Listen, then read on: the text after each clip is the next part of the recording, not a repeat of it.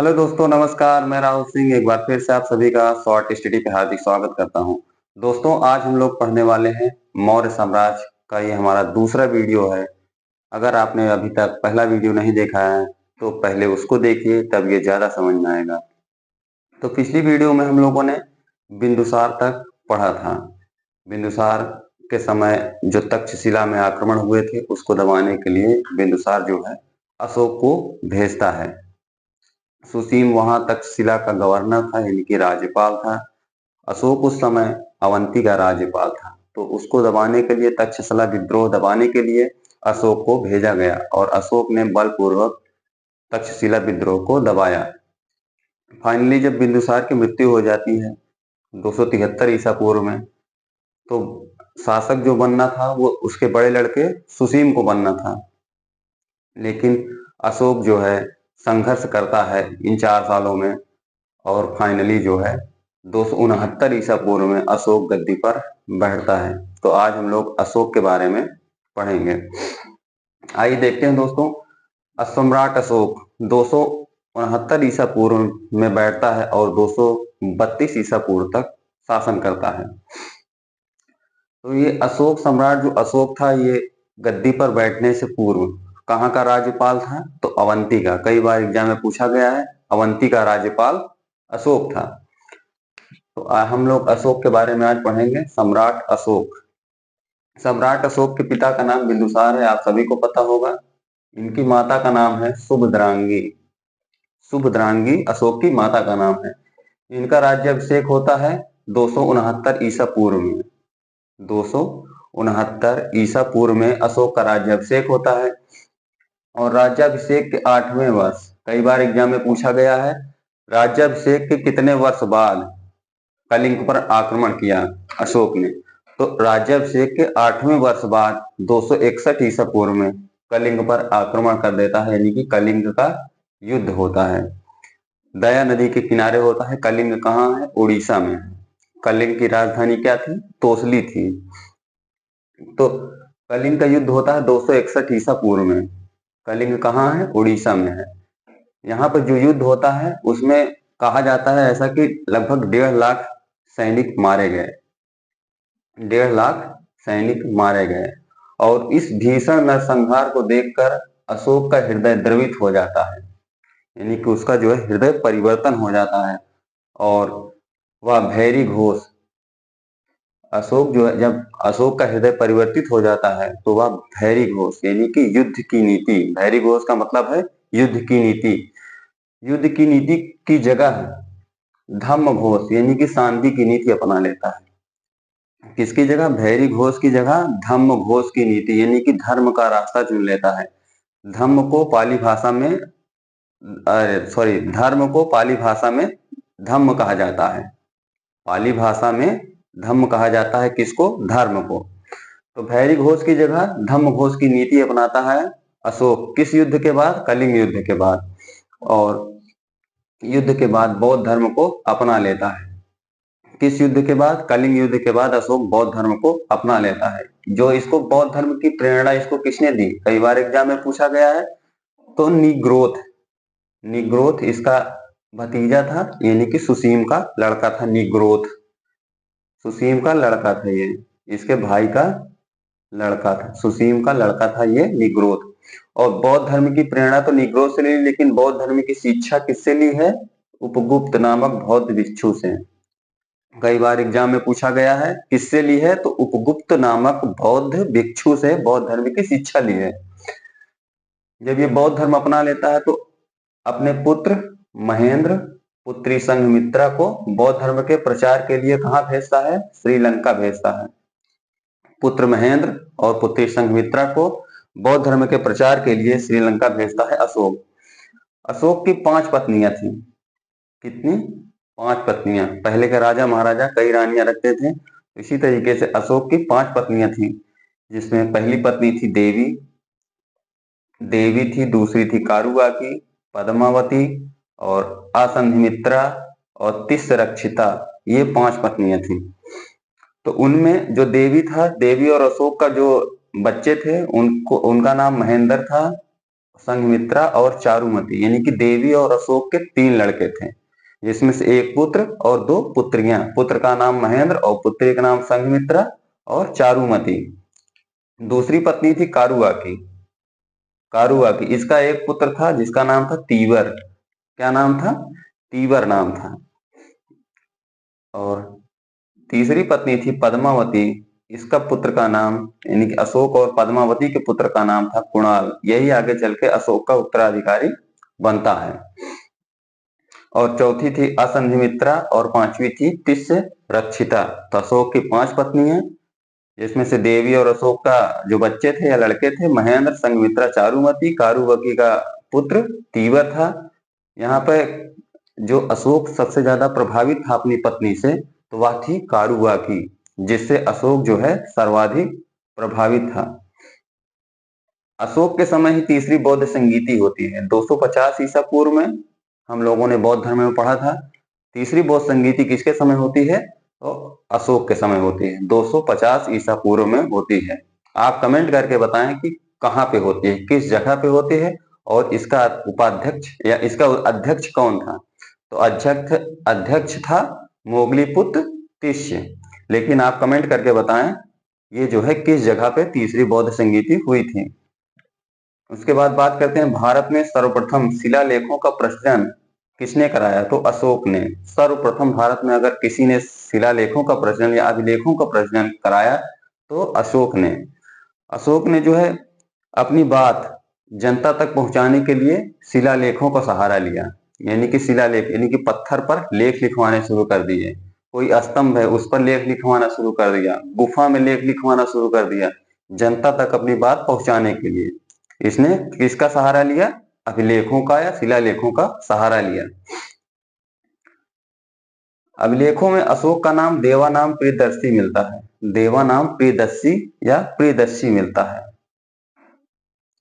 मास्की अभिलेख और गुर्जरा अभिलेख, नेट्टूर अभिलेख और उदगुलान अभिलेख से यह पता चलता है कि अशोक का नाम, यही जो देवानाम प्रियदर्शी है ये किसका नाम है? अशोक का नाम है। कहाँ से पता चलता है? मास्की अभिलेख से, गुर्जरा अभिलेख से, नेट्टूर अभिलेख से और उदगुलान अभिलेख से। तो हम देखते हैं मास्की अभिलेख कहाँ है। मास्की अभिलेख मध्य प्रदेश में है। कहाँ पे है? मास्की अभिलेख मध्य प्रदेश में है। गुर्जरा अभिलेख कर्नाटक में है, नेट्टूर अभिलेख कर्नाटक में है, और उदगुलान अभिलेख या उदयगुलान अभिलेख कहाँ पे है? कर्नाटक में है। जो इन अभिलेखों की भाषा थी, वो जो सारे अभिलेख लिखे गए थे प्राकृत भाषा में लिखे गए थे, लेकिन जो इसकी लिपि थी, लिपि कई लिपियों में लिखे गए थे, जैसे ब्राह्मी लिपि, खरोष्ठी लिपि, अरमाइक लिपि और ग्रीक लिपि। तो हम लोग देखते हैं कहाँ पे कौन सी लिपियां लिखी गई हैं। तो भारत में जो अभिलेख मिले हैं उनकी लिपि कैसी है? ब्राह्मी लिपि है। और पाकिस्तान में जो मिले हैं अभिलेख उनकी लिपि खरोष्ठी है। और अफगानिस्तान में जो लिपि मिली है अरमाइक और ग्रीक लिपि है। तो 4 भाषाओं में 4 लिपियों में अशोक के अभिलेख लिखे। ब्राह्मी लिपि भारत में, पाकिस्तान में खरोष्ठी और अफगानिस्तान में अरमाइक और ग्रीक लिपि में लिखे गए हैं अभिलेख। आइए देखते हैं आगे। अशोक के जो शिलालेख हैं इनकी संख्या 14 है, स्तंभ लेखों की संख्या 7 है और गुहा लेखों की संख्या 3 है। शिलालेख यानी कि पत्थर पर कोई लेख लिखवा दिया, स्तंभ लेख कोई स्तंभ रहा होगा उस पे लेख लिखवा दिए, और गुहा लेख यानी कि गुफा में लेख लिखवाए। जो शिलालेख है इनकी संख्या 14 है। तो कुछ जो इंपॉर्टेंट है उनको मैंने शॉर्ट लिस्ट किया है। आइए देखते हैं। जैसे पहला शिलालेख है, पहला शिलालेख में पशु बलि की निंदा की गई है। पूछा जाता है किस शिलालेख में, अशोक के किस शिलालेख में पशु बलि की निंदा की गई है? तो पहले शिलालेख में पशु बलि की निंदा की गई है और अहिंसा के बारे में बताया गया है। इसमें पहले शिलालेख में पशु बलि की निंदा और अहिंसा के बारे में बताया गया है, और इसी में कहा गया है समस्त प्रजा मेरी संतान है। अशोक ने कहा कि समस्त प्रजा जो है हमारी संतान है। दूसरे शिलालेख में पशु चिकित्सा के बारे में बताया गया है और दक्षिण राज्यों का उल्लेख है। चेर, चोल, पांड्य, इन दक्षिण राज्यों का उल्लेख मिलता है। किसमें? दूसरे शिलालेख में पशु चिकित्सा और दक्षिण राज्यों का उल्लेख मिलता है।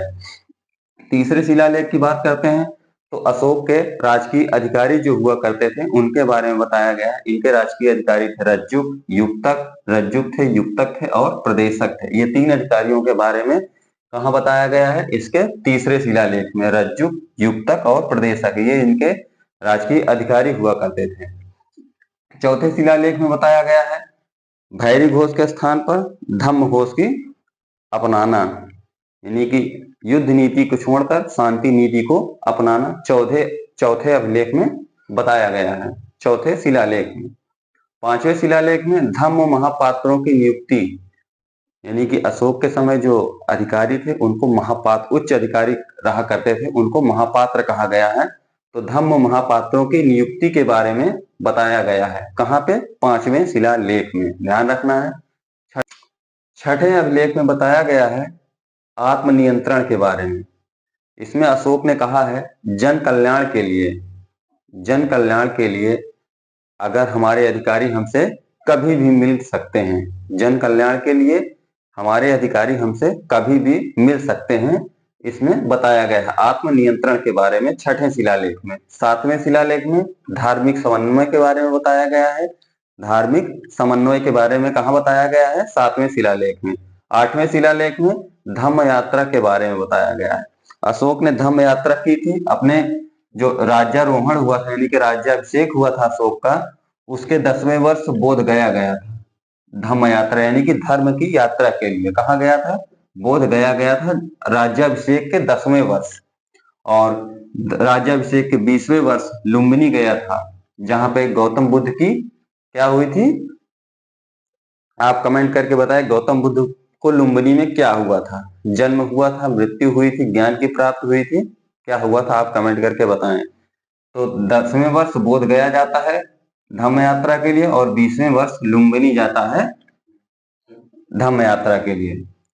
13वें शिलालेख जो सबसे इंपॉर्टेंट है, कई बार यहां से बना है क्वेश्चन, कलिंग युद्ध का वर्णन किस अभिलेख में है? तो अशोक के 13वें शिलालेख में कलिंग युद्ध का वर्णन है। 14वें शिलालेख में बताया गया सद्भावना की बात की गई है। किसकी? सद्भावना की बात की गई है 14वें अभिलेख में।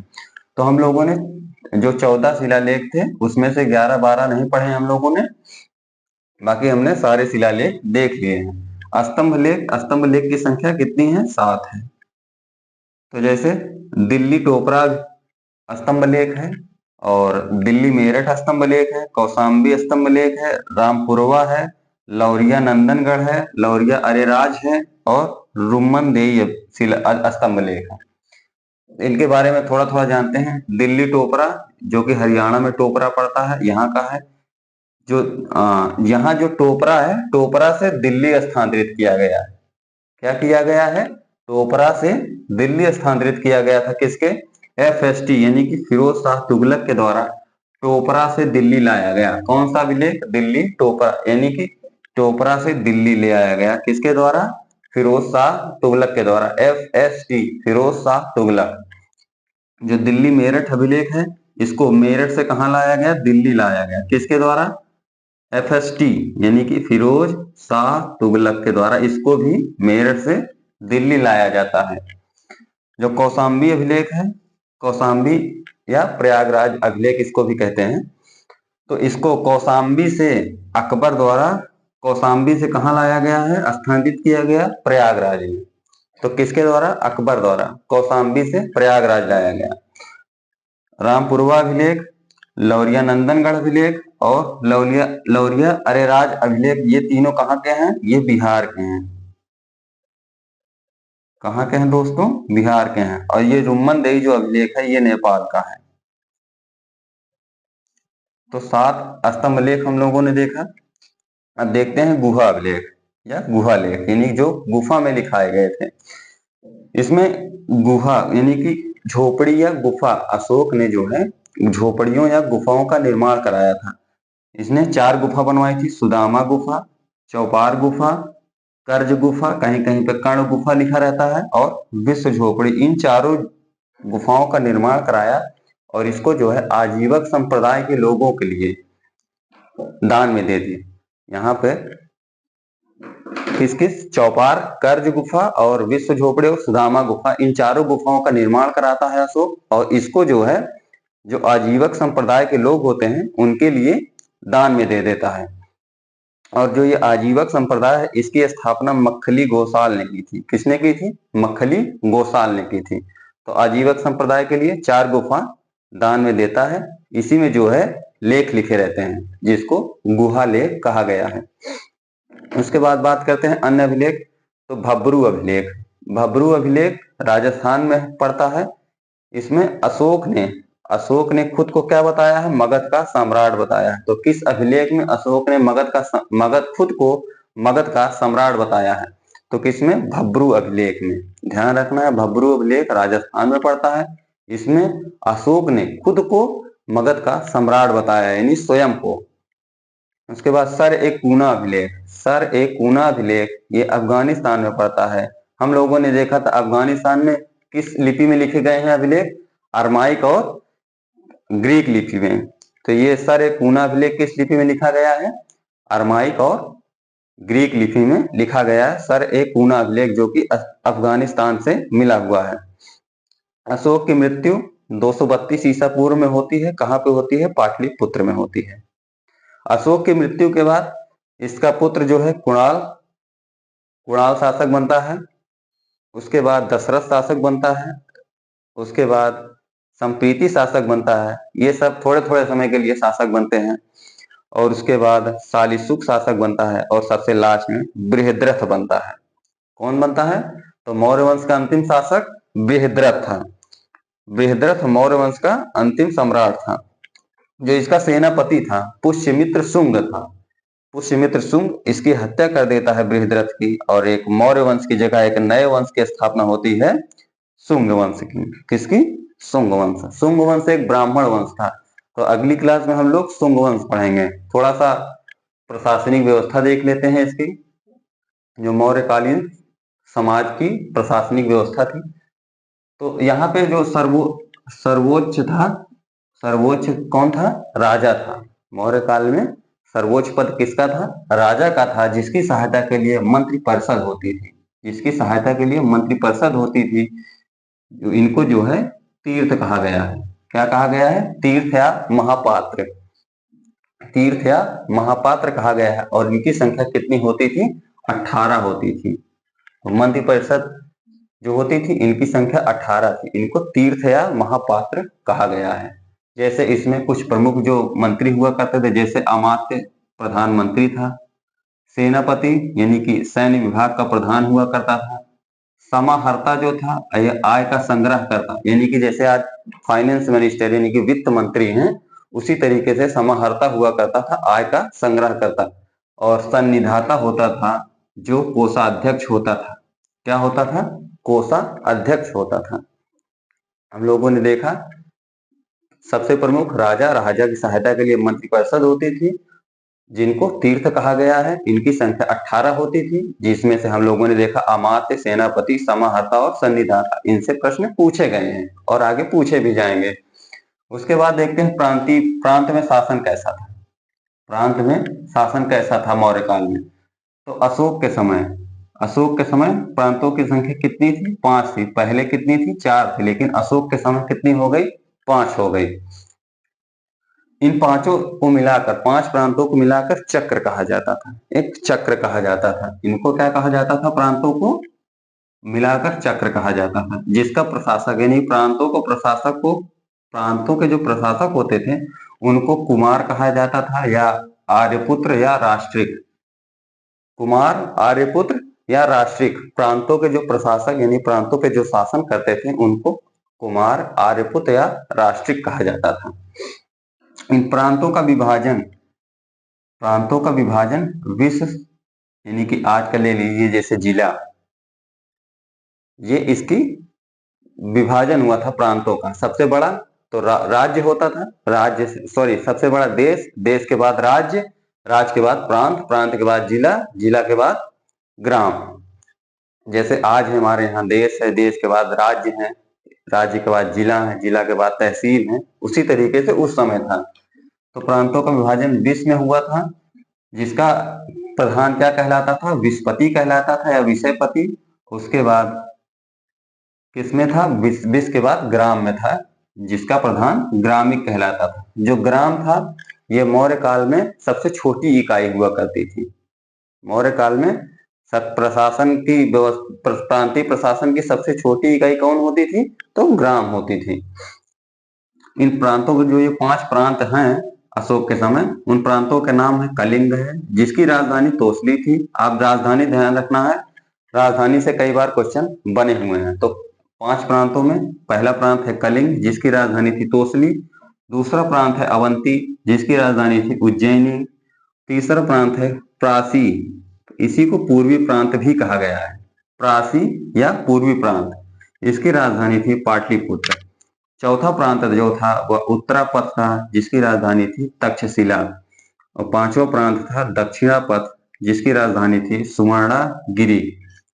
तो 5 प्रांत कलिंग, अवंती, प्रासी या पूर्वी प्रांत, चौथा उत्तरापथ और पांचवा दक्षिणापथ, ये 5 प्रांत हुआ करते थे मौर्य काल में। उसके बाद देखते हैं गुप्तचर व्यवस्था।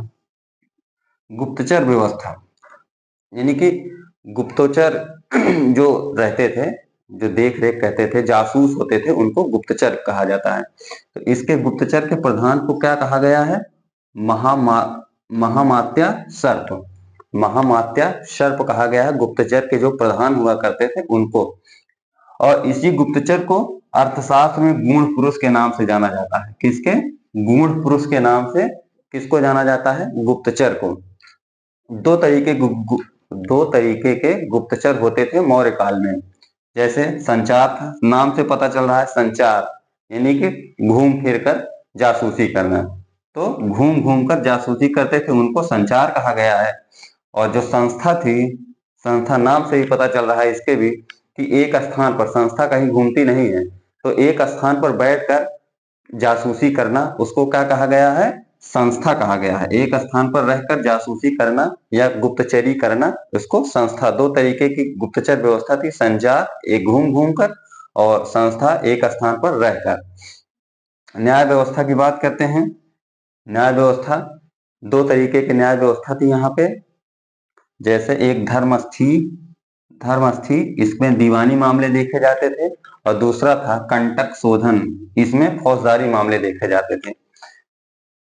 जैसे दीवानी मामलों में जमीन का निपटारा, विवाह, वसूली करना, ये सब दीवानी मामले में होते थे। और फौजदारी मामले जैसे मारपीट, लड़ाई झगड़ा, चोरी, डकैती इत्यादि, ये सब फौजदारी मामले होते थे। तो हम लोगों ने आज मौर्य काल को खत्म कर लिया है। आगे हम पढ़ेंगे ब्राह्मण साम्राज्य यानी कि शुंग वंश से स्टार्ट करेंगे। हम लोगों ने देखा सम्राट अशोक के बारे में, उनके अभिलेखों के बारे में, स्तंभ लेखों के बारे में और गुहा लेखों के बारे में। तो अगली क्लास में हम लोग पढ़ेंगे शुंग वंश। तो दोस्तों, क्लास कैसी लगी जरूर बताएं कमेंट करके। मिलते हैं एक नेक्स्ट वीडियो में, तब तक के लिए धन्यवाद, नमस्कार, जय हिंद।